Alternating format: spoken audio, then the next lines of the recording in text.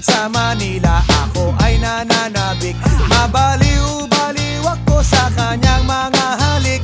Okay lang di maiwasan na mamiss paminsan-minsan, pero pag kami nakita aking panggigigilan, di ko siya titigilan when she comes.